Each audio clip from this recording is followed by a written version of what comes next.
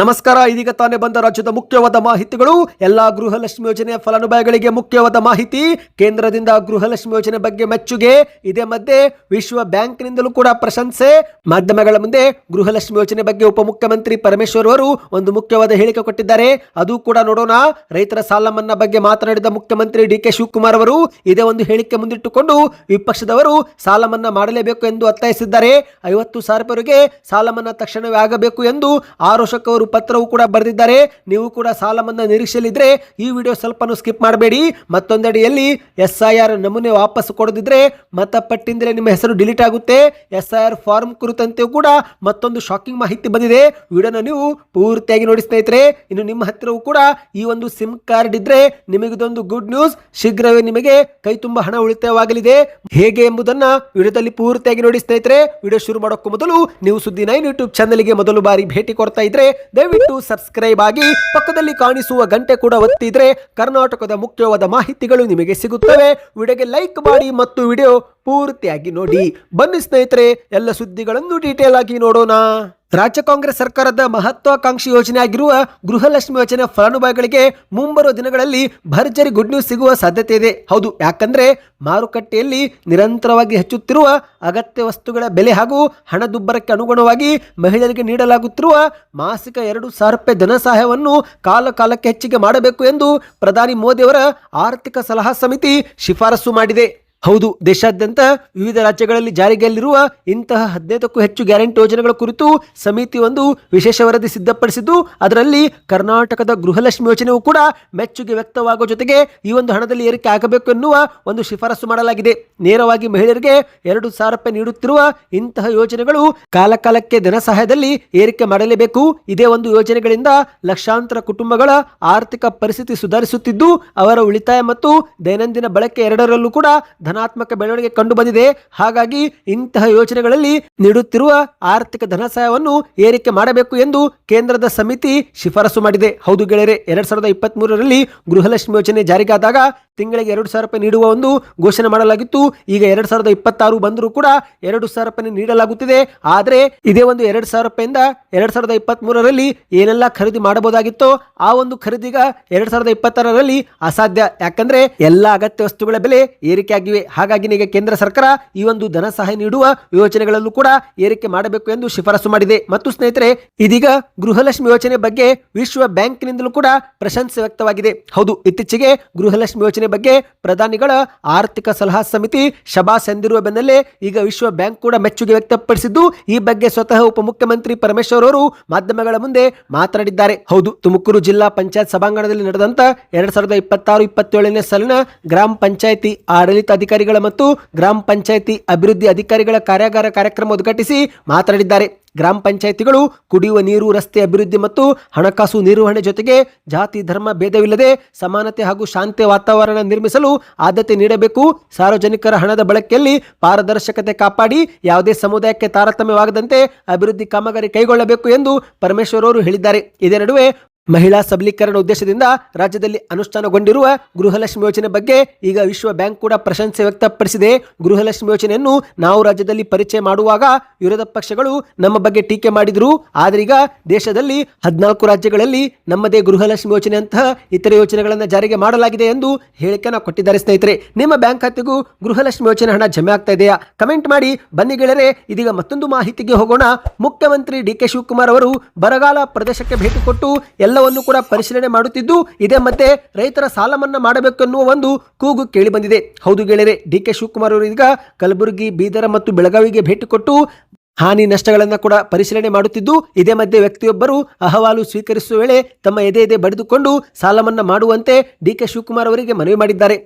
ಹೌದು, ವ್ಯಕ್ತಿಯೊಬ್ಬರು ತಮ್ಮ ಸಮಸ್ಯೆಗಳನ್ನು ಹೇಳಿಕೊಳ್ಳುವಾಗ ಎದೆ ಬಡಿದುಕೊಂಡು ಸಿಎಂ ಎದುರು ಆಕ್ರೋಶ ವ್ಯಕ್ತಪಡಿಸಿ ಬೆಳೆ ವಿಮೆ ಹಣವನ್ನು ಬಿಡುಗಡೆ ಮಾಡಿ, ರೈತರ ಸಾಲ ಮನ್ನಾ ಮಾಡಿ, ಮನೆಯಿಲ್ಲದವರಿಗೆ ಮನೆ ಕೊಡಿ ಎಂದೆಲ್ಲ ಕೂಗಾಡಿದ್ದು, ಇದಕ್ಕೆ ಗಾಬರಿಯಾಗದ ಡಿ ಕೆ ಶಿವಕುಮಾರ್ ಅವರು ಅತ್ಯಂತ ತಾಳ್ಮೆಯಿಂದ ಅಹವಾಲು ಕೊಡಿ, ಖಂಡಿತ ಪರಿಶೀಲನೆ ಮಾಡುತ್ತೇನೆ, ಯಾವ ಸಾಲ, ಯಾರ ಸಾಲ, ಯಾವ ವರ್ಷದಲ್ಲಿ ಸಾಲ ಮಾಡಿದ್ದೀರಾ, ಎಷ್ಟು ಮೊತ್ತದ ಸಾಲ ಎಲ್ಲ ಮಾಹಿತಿ ಪಡೆದುಕೊಂಡು ಸಮಗ್ರವಾಗಿ ಪರಿಶೀಲಿಸಿ ಮುಂದಿನ ನಿರ್ಧಾರ ತೆಗೆದುಕೊಳ್ಳಲಾಗುವುದು ಎಂದು ಭರವಸೆ ಕೊಟ್ಟಿದ್ದಾರೆ. ಅಂದ್ರೆ ಸ್ನೇಹಿತರೆ, ಈ ಒಂದು ಹೇಳಿಕೆಯಿಂದ ಸಾಲ ಮನ್ನಾವಾಗಬಹುದು ಎನ್ನುವ ಒಂದು ನಿರೀಕ್ಷೆ ಮೂಡಿದೆ. ಆದ್ರೀಗ ಇದೇ ಒಂದು ವಿಚಾರವನ್ನು ವಿಪಕ್ಷದವರು ಮುಂದಿಟ್ಟುಕೊಂಡು ಸಾಲ ಮನ್ನಾ ಮಾಡಬೇಕು ಎಂದು ಡಿ.ಕೆ. ಶಿವಕುಮಾರ್ ಅವರಿಗೆ ಪತ್ರ ಬರೆದಿದ್ದಾರೆ. ಹೌದು, ಮೊದಲಿಗೆ ಸ್ನೇಹಿತರೆ ಆರೋಶಕ್ ಅವರು 50,000 ರೂಪಾಯಿವರೆಗಿನ ರೈತರ ಸಾಲ ಮನ್ನಾ ತಕ್ಷಣವೇ ಘೋಷಣೆ ಮಾಡಬೇಕು ಎಂದು ಮುಖ್ಯಮಂತ್ರಿ ಡಿ.ಕೆ. ಶಿವಕುಮಾರ್ ಅವರಿಗೆ ಪತ್ರ ಬರೆದಿದ್ದಾರೆ.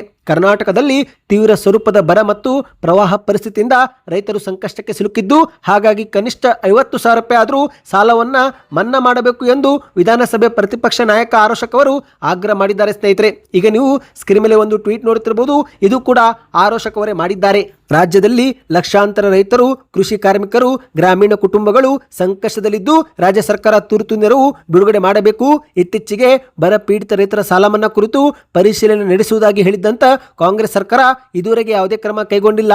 ಆದರೆ ರೈತರಿಗೆ ಈಗ ಬೇಕಾಗಿರುವುದು ಪರಿಶೀಲನೆ ಅಲ್ಲ, ತಕ್ಷಣದ ನಿರ್ಧಾರ. ಆದ್ದರಿಂದ ವಿಳಂಬ ಮಾಡದೆ ಬರ ಮತ್ತು ಪ್ರವಾಹ ಸಂತ್ರಸ್ತ ಎಲ್ಲ ರೈತರಿಗೆ 50,000 ರೂಪಾಯಿವರೆಗೆ ಸಾಲ ಮನ್ನಾ ಘೋಷಿಸಿ ಅವರ ಸಂಕಷ್ಟಕ್ಕೆ ಸ್ಪಂದಿಸಬೇಕು ಎಂದು ಮನವಿ ಮಾಡಿದ್ದಾರೆ. ಇದೇ ಒಂದು ಟ್ವೀಟ್ ನಲ್ಲಿ ಮತ್ತೊಂದು ಪೋಸ್ಟ್ ಅನ್ನು ಮಾಡಿದ್ದು ಅದರಲ್ಲಿ ಏನು ಬರೆದಿದ್ದಾರೆ ಅಂದ್ರೆ, ರಾಜ್ಯದ ಹಲವು ಜಿಲ್ಲೆಗಳು ಬರದಿಂದ ತತ್ತರಿಸುತ್ತಿದ್ರೆ ಇನ್ನು ಹಲವು ಜಿಲ್ಲೆಗಳು ಅತಿವೃಷ್ಟಿ ಮತ್ತು ಪ್ರವಾಹದ ಆತಂಕ ಎದುರಿಸುತ್ತಿವೆ. ಬರಗಾಲ ಪ್ರವಾಹದಿಂದ ಸಂತ್ರಸ್ತರಾಗಿರುವ ರೈತರ ನೆರವಿಗೆ ರಾಜ್ಯ ಸರ್ಕಾರ ಕೂಡಲೇ ಧಾವಿಸಬೇಕು. ತುರ್ತು ಪರಿಹಾರದ ಜೊತೆಗೆ ಅನ್ನದಾತರ 50,000 ರೂಪಾಯಿವರೆಗಿನ ಸಾಲವನ್ನು ಮನ್ನಾ ಮಾಡಬೇಕು ಎಂದು ಆರೋಶಕ್ ಅವರು ಬರೆದಿದ್ದಾರೆ. ಇನ್ನು ಇದೊಂದು ಕಡೆ ಆದರೆ ಸ್ನೇಹಿತರೆ, ಮತ್ತೊಂದೆಡೆಯಲ್ಲಿ ರೈತರ ಸಾಲ ಮನ್ನಾ ವಿಷಯದಲ್ಲಿ ಮೊಸಳೆ ಕಣ್ಣೀರು ಬೇಡ ಎಂದು ಸರ್ಕಾರಕ್ಕೆ ಬಿ.ವಾ. ವಿಜೇಂದ್ರ ಅವರು ನೇರವಾಗಿಯೇ ಸವಾಲು ಹಾಕಿದ್ದಾರೆ.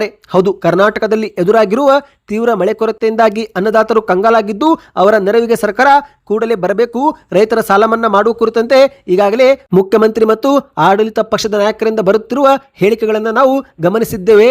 ಆದರೆ ಸರ್ಕಾರ ನಿಜವಾಗಿಯೂ ರೈತರ ಕಷ್ಟಕ್ಕೆ ಪ್ರಾಮಾಣಿಕವಾಗಿ ಸ್ಪಂದನೆ ಕೊಡುತ್ತೋ ಅಥವಾ ಕೇವಲ ಮೊಸಳೆ ಕಣ್ಣೀರು ಹಾಕಿದೆಯೋ ಅದನ್ನು ನಾವು ಕಾದು ನೋಡುತ್ತೇವೆ ಎಂದು ಬಿಜೆಪಿ ರಾಜ್ಯಾಧ್ಯಕ್ಷ ಬಿ.ವಾ. ವಿಜೇಂದ್ರ ಅವರು ಸವಾಲು ಹಾಕಿದ್ದಾರೆ. ಹೌದು, ಸುದ್ದಿಗಾರರ ಮುಂದೆ ಮಾತನಾಡಿದ ಇವರು ಈ ಗಂಭೀರ ಸಾಲ ಮನ್ನಾ ವಿಷಯವನ್ನು ಮುಂಬರುವಂತಹ ಸದನದಲ್ಲೂ ಕೂಡ ಪ್ರಸ್ತಾಪಿಸಿ ಚರ್ಚೆ ಮಾಡುತ್ತೇವೆ. ಕಳೆದ 3 ವರ್ಷಗಳಲ್ಲಿ ಸರ್ಕಾರ ಮಾತ್ರ ರೈತರಿಗೆ ಸರಿಯಾಗಿ ಸ್ಪಂದಿಸಿಲ್ಲ. ಭೀಕರ ಬರಗಾಲ ಬಂದಾಗಲೂ ರೈತರಿಗೆ ಸೂಕ್ತ ಪರಿಹಾರ ಧನ ಕೊಡುವಲ್ಲೂ ಕೂಡ ವಿಫಲವಾಗಿದೆ. ಪ್ರತಿಯೊಂದು ವೈಫಲ್ಯಕ್ಕೂ ಕೇಂದ್ರ ಸರ್ಕಾರವೇ ಹೊಣೆ ಎಂದು ಹೇಳುವುದು ಬಿಟ್ಟರೆ ಬೇರೇನೂ ಇವರು ಸಾಧಿಸಿಲ್ಲ ಎಂದು ಮಾಧ್ಯಮಗಳ ಮುಂದೆ ಆಕ್ರೋಶ ವ್ಯಕ್ತಪಡಿಸಿದ್ದಾರೆ. ಸ್ನೇಹಿತರೆ, ನೀವು ಕೂಡ ಸಾಲ ಮನ್ನಾ ನಿರೀಕ್ಷೆಯಲ್ಲಿದ್ದರೆ, ಬೆಳೆ ಸಾಲ ಮಾಡಿ ಏನಾದರೂ ನಷ್ಟ ಅನುಭವಿಸಿದ್ರೆ, ಯಾವ ಊರು ಯಾವ ವರ್ಷದಲ್ಲಿ ಸಾಲ ಮಾಡಿದ್ರೆ ಎಂಬುದನ್ನು ಕಮೆಂಟ್ ಮಾಡಿ ಸ್ನೇಹಿತರೆ. ಇದರಿಂದ ಒಂದು ಉತ್ತಮ ಫೀಡ್ಬ್ಯಾಕ್ ಸಿಗುತ್ತೆ. ಬನ್ನಿ ಗೆಳೆಯರೆ, ಮತ್ತೊಂದು ಮಾಹಿತಿಗೆ ಹೋಗೋಣ. ರಾಜ್ಯದಲ್ಲಿ ಪ್ರಸ್ತುತ ಚಾಲ್ತಿಯಲ್ಲಿರುವಂತಹ ಮತದಾರರ ಪಟ್ಟಿಯ ವಿಶೇಷ ಸಮಗ್ರ ಪರಿಷ್ಕರಣೆ ಅಂದರೆ SIR ಪ್ರಕ್ರಿಯೆಯಲ್ಲಿ ಸಾರ್ವಜನಿಕರು ನಿರ್ಲಕ್ಷ್ಯ ಏನಾದರೂ ಮಾಡಿದರೆ ಆಗ ಮತದಾನದ ಹಕ್ಕನ್ನೇ ಕಳೆದುಕೊಳ್ಳುವ ಭೀತಿ ಎದುರಾಗುತ್ತೆ. ಹೌದು ಗೆಳೆಯರೆ, ಈಗಾಗಲೇ SIR ಫಾರ್ಮ್ ಅನ್ನು ಮನೆ ಮನೆಗೆ BLO ಅಧಿಕಾರಿಗಳು ಭೇಟಿ ಕೊಡುತ್ತಿದ್ದು ಈ ಒಂದು ಫಾರ್ಮ್ ಅನ್ನು ನೀವು ಭರ್ತಿ ಮಾಡಿ ಸಹಿಯೊಂದಿಗೆ ವಾಪಸ್ ನೀಡಬೇಕು. ಇಲ್ಲವಾದರೆ ಸ್ನೇಹಿತರೆ, ಮತದಾರರ ಹೆಸರುಗಳು ಮುಂಬರುವಂತಹ ಹೊಸ ಮತದಾರರ ಪಟ್ಟಿಯಿಂದ ಸಂಪೂರ್ಣವಾಗಿ ಕೈಬಿಡಲಾಗುವುದು ಎಂದು ರಾಜ್ಯದ ಮುಖ್ಯ ಚುನಾವಣಾಧಿಕಾರಿಯಾಗಿರುವ ಅನ್ಬು ಕುಮಾರ್ ಅವರು ಎಚ್ಚರಿಸಿದ್ದಾರೆ. ಹೌದು, ಆನ್ಲೈನ್ ಅಥವಾ ಆಫ್ಲೈನ್ ಮೂಲಕ ಯಾವುದೇ ಮೂಲಕ ಅರ್ಜಿ ಸಲ್ಲಿಕೆ ಮಾಡಿದರೂ ಕೇವಲ ಒಂದು ಅರ್ಜಿಯನ್ನು ಮಾತ್ರವೇ ಪರಿಗಣಿಸಲಾಗುವುದು ಎಂದು ಚುನಾವಣಾ ಆಯೋಗ ಈಗಾಗಲೇ ಸ್ಪಷ್ಟಪಡಿಸಿದ್ದು, ಒಂದು ಸ್ನೇಹಿತರೆ ನೀವು SIR ಫಾರ್ಮ್ ಅನ್ನ BLO ಅಧಿಕಾರಿಗಳಿಗೆ ಕೊಡಿ. ಇಲ್ಲವಾದರೆ ಮೊಬೈಲ್ ಮೂಲಕವೂ ಕೂಡ ನೀವು ಮನೆಯಲ್ಲೇ ಕುಳಿತು ಆನ್ಲೈನ್ ಮೂಲಕ SIR ಅನ್ನ ಫಿಲ್ ಮಾಡಬಹುದು. ಅಂದಹಾಗೆ ಸ್ನೇಹಿತರೆ, ಈಗ ಕೇಂದ್ರದ ಚುನಾವಣಾ ಆಯೋಗದ ನಿರ್ದೇಶನದಂತೆ ಕರ್ನಾಟಕದಲ್ಲಿ ಒಟ್ಟು 5,54,00,000 ಮತದಾರರು ಇದ್ದು ಇವರೆಲ್ಲರೂ ಕೂಡ SIR ವ್ಯಾಪ್ತಿಗೆ ಒಳಪಡಲಿದ್ದಾರೆ. ಜೂನ್ 30ರಿಂದ ಆರಂಭವಾಗಿರುವ ಈ ಒಂದು ಮನೆ ಮನೆ ಗಣತಿ ಕಾರ್ಯದಲ್ಲಿ ಈಗಾಗಲೇ ಜುಲೈ 8ರ ವೇಳೆಗೆ ಸುಮಾರು 4.57 ಕೋಟಿ ನಮೂನೆಗಳನ್ನು BLOಗಳು ವಿತರಿಸಿದ್ದು, ಆದರೆ ಇದುವರೆಗೆ ನಿರೀಕ್ಷೆ ಮಟ್ಟದಲ್ಲಿ ವಾಪಸ್ಸು BLO ಅಧಿಕಾರಿಗಳಿಗೆ ಫಾರ್ಮ್ಗಳು ತಲುಪಿಲ್ಲ. ಹಾಗಾಗಿ ಸ್ನೇಹಿತರೆ, ಪ್ರತಿಯೊಬ್ಬರು ಈ ಒಂದು ಫಾರ್ಮ್ ಅನ್ನ ಭರ್ತಿ ಮಾಡಿ ಎಷ್ಟು ಬೇಗವಾಗುತ್ತೋ ಅಷ್ಟು ಬೇಗನೆ BLO ಅಧಿಕಾರಿಗಳಿಗೆ ಮರಳಿಸಿ. ಮತ್ತು ಮುಖ್ಯವಾಗಿ ಸ್ನೇಹಿತರೆ, ಎಲ್ಲಾ ಫಾರ್ಮ್ ಅನ್ನ ಭರ್ತಿ ಮಾಡಿ ಯಾವುದೇ ಒಂದು ಕಾಲಮ್ ಅನ್ನು ನೀವು ಖಾಲಿ ಬಿಟ್ಟರೆ ಆಗ ಮತ್ತೆ ನಿಮಗೆ ತೊಂದರೆ ಆಗಬಹುದು. ಹಾಗಾಗಿ ಎಲ್ಲವನ್ನು ಕೂಡ ಸರಿಯಾಗಿ ಬರೆದು ಈ ಒಂದು ಫಾರ್ಮ್ ಅನ್ನು ನೀವು ಕೊಡಬೇಕಾಗುತ್ತೆ. SIR ಫಾರ್ಮ್ ಬಗ್ಗೆ ನಿಮಗೆ ವಿಡಿಯೋ ಬೇಕಂದ್ರೆ ಕಮೆಂಟ್ ನಲ್ಲಿ SIR ಫಾರ್ಮ್ ಎಂದು ಕಮೆಂಟ್ ಮಾಡಿ. ಬನ್ನಿ ಗೆಳೆಯರೆ, ಕೊನೆ ಮಾಹಿತಿಗೆ ಹೋಗೋಣ. ಇಂದಿನ ದಿನಗಳಲ್ಲಿ ಎಲ್ಲಾ ಬೆಲೆ ಏರಿಕೆ ಆಗುತ್ತಿರುವುದು ನಾವು ನೋಡಿದ್ದೇವೆ. ಆದರೆ ಮೊಬೈಲ್ ರೀಚಾರ್ಜ್ ಪ್ಲಾನ್ಗಳು ಕೂಡ ಭಾರಿ ಬೆಲೆ ಏರಿಕೆ ಆಗುತ್ತಿದ್ದು, ಇಂತಹ ಸಮಯದಲ್ಲಿ ಟೆಲಿಕಾಂ ಕಂಪನಿಯೊಂದು 225 ರೂಪಾಯಿಯ ಬಂಪರ್ ರೀಚಾರ್ಜ್ ಪ್ಲಾನ್ ಅನ್ನ ಪರಿಚಯ ಮಾಡಿದೆ. ಹೌದು, ಈ ಒಂದು ಪ್ಲಾನ್ ನಲ್ಲಿ 30 ದಿನ ವ್ಯಾಲಿಡಿಟಿ ಒಂದಿಗೆ ಪ್ರತಿದಿನ 2.5 GB ಡೇಟಾ ಮತ್ತು ಅನಿಯಮಿತ ಕರೆಗಳು ಲಭ್ಯವಿದ್ದು, ಇದು ಜಿಯೋ ಮತ್ತು ಏರ್ಟೆಲ್ ನ ದುಬಾರಿ ಪ್ಲಾನ್ಗಳಿಗೆ ಪ್ರಬಲ ಪೈಪೋಟಿ ನೀಡಿದೆ. ಹೌದು ಗೆಳೆಯರೆ, ದೇಶದ ನಂಬರ್ 1 ಟೆಲಿಕಾಂ ಕಂಪನಿ ಆಗಿರುವ ಅಂಬಾನಿ ಒಡೆತನದ ರಿಲಯನ್ಸ್ ಜಿಯೋ ಕೂಡ ಈಗ ಈ ಒಂದು ಪ್ಲಾನ್ ಮೂಲಕ ಬೆವರುವಂತೆ ಮಾಡಿದೆ. ಜಸ್ಟ್ 225 ರೂಪಾಯಿ ರೀಚಾರ್ಜ್ ಮಾಡಿದರೆ ಸಾಕು ಸ್ನೇಹಿತರೆ. 2.5 GB ಪ್ರತಿದಿನ ಕೊಡೋದ್ರ ಜೊತೆಗೆ ಅನಿಯಮಿತ ಕರೆಗಳನ್ನು ಕೊಡಲಾಗುತ್ತಿದೆ. ಹೌದು, BSNL ಇಂತಹ ಒಂದು ಆಫರ್ ಅನ್ನು ಘೋಷಣೆ ಮಾಡಿದೆ ಸ್ನೇಹಿತರೆ. ದೇಶದ ಸರ್ಕಾರಿ ಟೆಲಿಕಾಂ ಕಂಪನಿ ಆಗಿರುವ BSNL ತನ್ನ ಗ್ರಾಹಕರಿಗೆ 225 ರೂಪಾಯಿಯ ಬಂಪರ್ ಆಫರ್ ನೀಡಿದೆ. ನೀವೀಗ ಸ್ಕ್ರೀನ್ ಮೇಲೆ ಒಂದು ಪೋಸ್ಟ್ ನೋಡ್ತಿರಬಹುದು ಸ್ನೇಹಿತರೆ. BSNL ಘೋಷಣೆ ಮಾಡಿರುವ ಇದೇ ಒಂದು ಪ್ಲಾನು ಇತರೆ ಟೆಲಿಕಾಂ ಕಂಪನಿಯಿಂದ ಪಡೆದುಕೊಳ್ಳಬೇಕಂದ್ರೆ ಏರ್ಟೆಲ್ನವರು 409 ರೂಪಾಯಿ ಚಾರ್ಜ್ ಮಾಡ್ತಿದ್ದಾರೆ, ಜಿಯೋದವರು 390 ರೂಪಾಯಿ ರೀಚಾರ್ಜ್ ಕೇಳ್ತಿದ್ದಾರೆ, ವೊಡಾಫೋನ್ನವರು 469 ಕೇಳಿದ್ದಾರೆ. ಆದರೆ BSNL ಇದರ ಅರ್ಧ ಅಂದರೆ ಸುಮಾರು 225 ರೂಪಾಯಿ ನೀವು ಕೊಟ್ಟರೆ ಸಾಕು, ಒಂದು ತಿಂಗಳ ಕಾಲ ಈ ಎಲ್ಲ ಒಂದು ಆಫರ್ ಅನ್ನು ನೀವು ಪಡೆದುಕೊಳ್ತೀರಾ. ಅಂದ್ರೆ ಸ್ನೇಹಿತರೆ 225 ರೂಪಾಯಿ ರೀಚಾರ್ಜ್ನಲ್ಲಿ ಪ್ರತಿದಿನ 2.5 GB ಡೇಟಾ ಅಂದ್ರೆ ತಿಂಗಳಿಗದು 75 GB ಡೇಟಾ ಸಿಗುತ್ತೆ ಮತ್ತು 30 ದಿನ ನಿಮಗೆ ಅನಿಯಮಿತ ಕರೆಗಳು ಕೂಡ ಇದ್ದು, ಹಾಗಾಗಿ ಜಿಯೋ ಮತ್ತು ಏರ್ಟೆಲ್ ಇತರೆ ಒಂದು ಟೆಲಿಕಾಂ ಕಂಪನಿಗೆ ಹೋಲಿಕೆ ಮಾಡಿದರೆ BSNL ತುಂಬಾನೇ ಕಡಿಮೆ ಮತ್ತು ಹೆಚ್ಚು ಬೆನಿಫಿಟ್ ಅನ್ನು ಒಳಗೊಂಡಿದೆ. ನಿಮ್ಮ ಹತ್ತಿರ ಯಾವ ಸಿಮ್ ಇದೆ ಕಮೆಂಟ್ ಮಾಡಿ. ಮಾಹಿತಿ ಇಷ್ಟವಾಗಿದ್ದರೆ ಚಾನಲ್ಗೆ ಸಬ್ಸ್ಕ್ರೈಬ್ ಆಗಿ.